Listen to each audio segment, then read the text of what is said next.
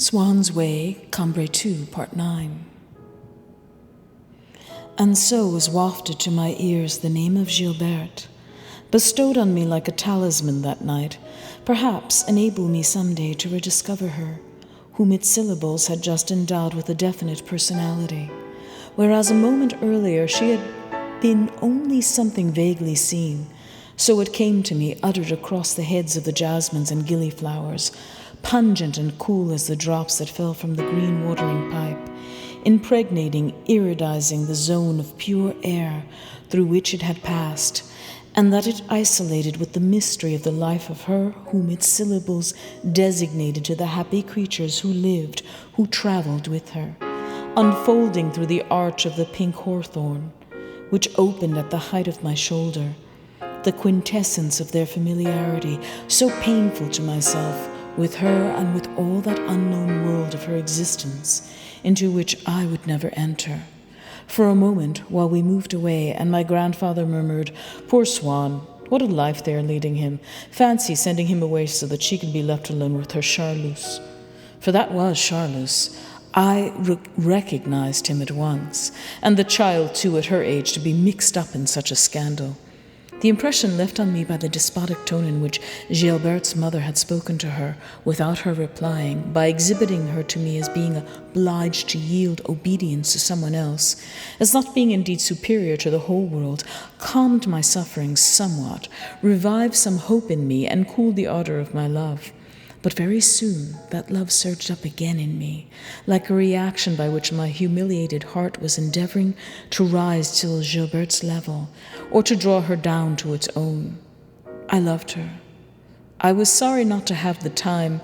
and the inspiration to insult her, to do her some injury, to force her to keep some memory of me. I knew her to be so beautiful that I would have liked to be able to retrace my steps, in order to shout at her with a shrug of my shoulders, "I think you are hideous, grotesque, you are utterly disgusting." However, I walked away, carrying with me, then and forever afterward, as the first illustration of a type of happiness rendered inaccessible to a little boy of my kind by certain laws of nature that it was impossible to transgress, the picture of a little girl with reddish hair and a skin freckled with tiny pink marks, who held a spade in her hand and smiled as she directed toward me a long, subtle, and inexpressive stare. And already the charm with which her name, like a cloud of incense, had filled that archway in the pink hawthorn through which she and I had together heard its sound, was beginning to conquer, to cover, to embalm, to beautify everything with which it had any association. Her grandparents, whom my own had been so unspeakably fortunate as to know, the lofty profession of a stockholder, even the melancholy neighborhood of Champs-Élysées, where she lived in Paris. "Leoni,"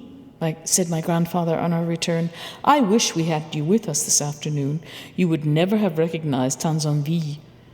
If I had dared, I would have cut you a branch of that pink hawthorn you used to like so much."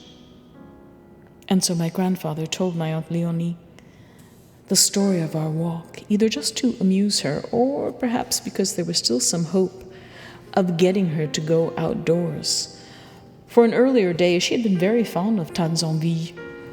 and moreover, Swann's visits had been the last that she had continued to receive, at a time when she had already closed her doors to everyone else. And just as when he called in these days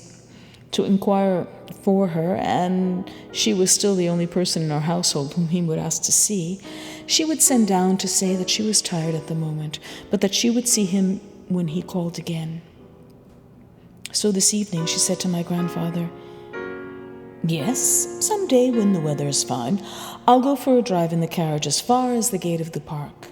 And in saying this, she was quite sincere. She would have liked to have seen Swan and Tanzanville again, but the mere wish to do so sufficed for all that remained of her strength. Its fulfillment would have more than exhausted it. Sometimes the spell of fine weather made her a little more energetic. She would rise and put on her clothes, but before she had reached the outer room, she would be tired again and would insist on returning to her bed. The process that had begun in her, and in her only a little earlier than usual, was the great and general renunciation that old age makes in preparation for death, enclosing itself in its chrysalis, and that might be observed at the end of lives that had been unduly prolonged, even in old lovers who have loved each other most, and in old friends bound by great affinity, who after a certain year cease to make the necessary journey, or even to cross the street to see each other, cease to correspond, and know well that they will communicate no more in this world. My aunt must have been perfectly well aware that she would not see Swan again, that she would never leave her own house any more. But this ultimate seclusion seemed to be accepted by her with all the more readiness for the very reason which, to our minds, ought to have made it more unbearable, namely, that such a seclusion was forced on her by the diminution in her strength that she was able to measure daily, which, by making every action, every movement tiring to her, if not actually painful, gave to inaction, isolation, and silence the restorative and blessed sweetness of repose. My aunt did not go out to see the hedge of pink hawthorns, but at all hours of the day I would ask the rest of my family whether she was not going to go, whether she was not at one time to go often to Tansonville, trying to make them speak of Mademoiselle Swann's parents and grandparents, who appeared to me as great and glorious as gods. This name Swan had become almost mythological for me, and when I talked with my family, I would grow sick with longing to hear them utter it. I dared not pronounce it myself, but I would draw them into a discussion of matters that led naturally to Gilbert and her family, in which she was involved, in speaking of which I would feel myself not too remotely banished from her company, and I would suddenly force my father by pretending, for instance, to believe that my grandfather's business had already been in our family before his day, or that the hedge with the pink hawthorns that my aunt Leoni wished to visit was on common ground, to correct my statements, to tell me, as though in opposition to me and of his own accord, no, the business belonged to Swann's father. That hedge is part of Swann's park. And then I would be obliged to pause for breath. So stifling was the pressure on that part of me where it was forever inscribed, of that name which, at the moment when I heard it, seemed to me fuller, more portentous than any other name, because it was burdened with the weight of all the occasions on which I had secretly uttered it in my mind. It caused me a pleasure that I was embarrassed to have dared to demand from my parents, for this pleasure was so great that to have procured it for me must have required great effort, and with no more recompense, since it was not a pleasure for them, and so I would prudently turn the conversation, and by a scruple of conscience also, all the singular seductions that I had placed in the name of Swan, I found again as soon as it was uttered. And then it occurred to me suddenly that my parents could not fail to experience the same emotions, that they must find themselves sharing my point of view, that they perceived in their turn that they condoned, embraced my dreams, and I was as wretched as though I had vanquished and corrupted them. That year my family fixed the day of their return to Paris, rather earlier than usual. On the morning of our departure, I had had my hair curled to be ready to face the photographer, had carefully set on my head a hat that I had never worn before, and had been dressed in a quilted velvet jacket. A little later, my mother, after searching everywhere for me, found me standing in tears on that steep little hillside, close to Tansonville, bidding a long farewell to my hawthorns, clasping in my arms their thorny branches, and, like a princess in a tragedy, oppressed by the weight of all her vain ornaments, with no gratitude toward the importunate hand that had, in curling those ringlets, taken such care to arrange my hair upon my brow, trampling underfoot the curl papers that I had torn from my head, and with them my new hat. My mother was not at all moved by my tears, but she could not suppress a cry at the sight of my battered headgear and my ruined jacket. I did not, however, hear her. "Oh, my poor little hawthorns," I said through my sobs, "it is not you who want to make me unhappy, to force me to leave you. You have never done me any harm, so I will always love you." And my drying eyes, I promised them that, when I grew up, I would never imitate the foolish example of other men, that even in Paris on fine spring days, instead of paying calls and listening to silly talk, I would make excursions into the country to see the first hawthorn trees in bloom. Once in the fields, we never left them again during the rest of our walk along the Mesege way. They were perpetually crossed as though by an invisible vagabond, by the wind, which was to me the tutelary genius of Combre. Every year on the day of our arrival, in order to feel that I was really at Combre, I would climb the hill to find the wind running again through furrows and setting me running in its wake. One always had the wind for companion when one went the Mesege way, on that billowing plain that stretched mile beyond mile, without any variation in its terrain. I knew that Mademoiselle Swann used often to go and spend a few days at Leoni. And although it was miles away, the distance was compensated for by the absence of any intervening obstacle, when on hot afternoons I would see a breath of wind emerge from the farthest horizon, bowing the heads of the wheat in distant fields, poured like a flood over all that vast expanse, and finally settling down warm and rustling among the sainfoin and clover at my feet. That plain that was common to us both seemed then to draw us together, to unite us. I would imagine that the same breath of wind had passed by her also, that there was some message from her in what it was whispering to me, without my being able to understand it, and I would embrace it as it passed by. On my left was a village called Champu, Campus Payani, according to the curé. On my right, I would see across the wheat fields the two chiseled rustic spires of Saint-André-des-Champs, themselves as tapering, scaly, plated, honeycomb, checkered, yellowed, and granular as two spikes of wheat. At regular intervals, among the inimitable ornamentation of their leaves, which can be mistaken for the leaves of no other fruit tree, the apple trees were opening their broad petals of white satin, or hanging in shy bunches their reddening buds. It was while going along the Mesege way that I first noticed the round shadow that apple trees cast on the sunlit ground, and also those impalpable threads of golden silk that the setting sun weaves slantingly downward from beneath their leaves, and that I would see my father cut through with his walking stick without ever making them swerve from their course. Sometimes in the afternoon, the white moon would pass like a little cloud, furtive, without display, like an actress who does not have to come on for a while, and so goes out in front in her ordinary clothes to watch the rest of the company for a moment, but keeps in the background, not wishing to attract attention to herself. I was glad to find its image reproduced in books and paintings, though these works of art were very different, at least in my earlier years, before Bloch had attuned my eyes and mind to the more subtle harmonies from those in which the moon seems fair to me today, but in which I would not have recognized it then. It might be, for instance, some novel by Santine, some landscape by Gilbert, in which it is cut out sharply against the sky, in the form of a silver sickle, in some work as naively incomplete as were my own impressions, and which it enraged my grandmother's sisters to see me admire. They held that one ought to set before children, and that children showed their own innate good taste in admiring from the first only such books and pictures as one continues to admire on reaching maturity.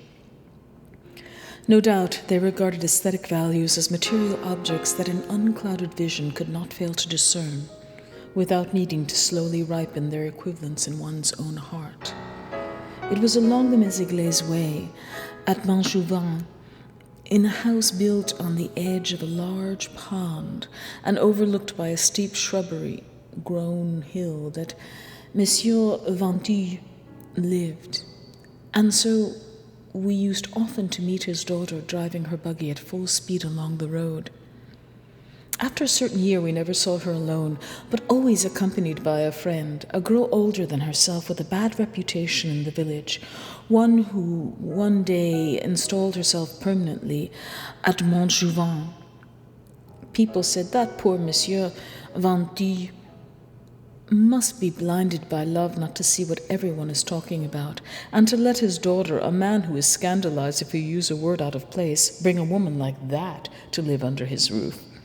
He says that she is a most superior woman with a heart of gold, and that she would have shown extraordinary musical talent if she had only been trained. He may be sure it is not music that she is teaching his daughter. But Monsieur Venty assured them that it was, and indeed, it is remarkable that a person never fails to arouse admiration for her moral qualities in the relatives of the person with whom she is having carnal relations. Physical love, which has been so unjustly decried, compels in its victims to display every vestige that they possess of goodness and unselfishness, and so effectively that they shine resplendent in the eyes of their immediate entourage.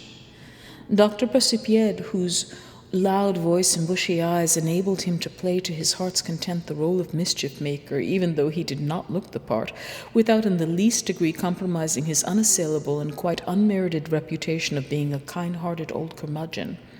would make the curé and everyone else laugh until they cried by saying in a harsh voice, "What do you say to this now? It seems that she plays music with her friend, Monsieur Venty. That surprises you, does it? Oh, I know, nothing at all. It was Papa Venty who told me about it yesterday. After all, she has every right to be fond of music, that girl. I would never dream of thwarting the artistic vocation of a child, nor Venty either, it seems. And then he plays music too, with his daughter's friend. Why, good gracious, it must be a regular music box, that house out there. What are you laughing at? I say they've been playing too much music, these people. The other day I met Papa Venty out by the cemetery. He could barely stand up. Anyone who, like ourselves, had seen Monsieur Venty about this time, avoiding people whom he knew and turning away as soon as he caught sight of them, grow old in a few months, engulfed in his sorrows, incapable of any effort that did not have as its goal his daughter's happiness, spending whole days beside his wife's grave, could hardly have failed to realize that he was gradually dying of a broken heart, could hardly have supposed that he paid no attention to the rumors that were going on. He knew about them, perhaps even believed them. There is probably no one, however great his virtue, who is not liable to find himself, by the complexity of circumstances, living at close quarters with the very vice that he himself has been most outspoken in condemning, without at first recognizing it beneath the disguise that it assumes on entering his presence, so as to wound him and to make him suffer. The strange words, the unaccountable attitude one evening of a person whom, in other respects, he has 1,000 reasons for loving. But for a man like Monsieur Venty, it must have been far more painful than for another to have to resign himself to one of those situations that are wrongly supposed to occur in bohemian circles. Situations, they are produced whenever there needs to establish in itself, in the security necessary to its development, a vice that nature herself has planted in a child, perhaps by no more than blending the virtues of its father and mother, as she might the colors of their eyes. And yet, however much Monsieur Venty must have known of his daughter's conduct, it did not follow that his adoration of her grew any less. The facts of life do not penetrate to the world inhabited by our beliefs. They did not engender those beliefs and are powerless to destroy them. They can aim at them continual blows of disproof without weakening them, and an avalanche of miseries and maladies coming one after another without interruption into a family will not make it lose faith in either the clemency of its God or the skill of its physician. But when Monsieur Venty thought about his daughters and himself from the point of view of society and of their reputation, when he attempted to place himself by her side in the rank that they occupied in the general estimation of their neighbors, then he was bound to give judgment, to utter his own and hers, social condemnation in precisely the terms that the inhabitant of Combray most hostile to him would have employed. He saw himself and his daughter in the lowest depths, and his manner had of late been tinged with that humility, that respect for persons who ranked above him, and to whom he must now look up, however far beneath him they might have hitherto have been, that tendency to search for some means of rising again to their level, which is an almost mechanical result of any human misfortune. One day, when we were walking with Swann in one of the streets of Combre, Monsieur Venture, turning out of another street, found himself so suddenly face to face with us, all that he had not time to escape. And Swann, with that almost arrogant charity of a man of the world, who, amid the dissolution of all his own moral prejudices, finds in another's shame merely a reason for treating him with a friendly benevolence, the outward signs of which serve to enhance and gratify the self-esteem of the bestower, because he feels that they are all the more precious to him who receives them, conversed at great length with Monsieur Venture, with whom for a long time he had barely been on speaking terms, and invited him before leaving us to send his daughter over one day to play at Tansonville. It was an invitation which 2 years earlier would have enraged Monsieur Venture, but which now filled him with so much gratitude that he felt himself obliged to refrain from the indiscretion of accepting. Swann's friendly regard for his daughter seemed to him to be in of itself so honorable, so precious a support, that he felt he would perhaps be better to make no use of it, so as to have the wholly platonic satisfaction of keeping it in reserve. What a charming man, he said to us after Swann had gone, with the same enthusiasm and veneration that make clever and pretty women of the middle class fall victims to the physical and intellectual charms of a duchess, even though she be ugly and a fool. What a charming man! What a pity that he made such a deplorable marriage. And then, so strong an element of hypocrisy is there in even the most sincerest of men, who cast off, while they are talking to anyone, the opinion they actually hold of him and will express when he is no longer there. My family joined with Monsieur Venture in deploring Swann's marriage, invoking principles and conventions, all the more because they invoked them in common with him, as though we were all good people of the same sort. They appeared to suggest that were in no way infringed at Montjouvain. Monsieur Venture did not send his daughter to visit Swann, an omission that Swann was the first to regret. For each time after meeting Monsieur Venture, he would remember that he had been meaning for some time to ask him about someone of the same name as himself, one of his relatives, Swann supposed, and on this occasion he promised himself that he would not forget what he had to say when Monsieur Venture sent his daughter to Tansonville.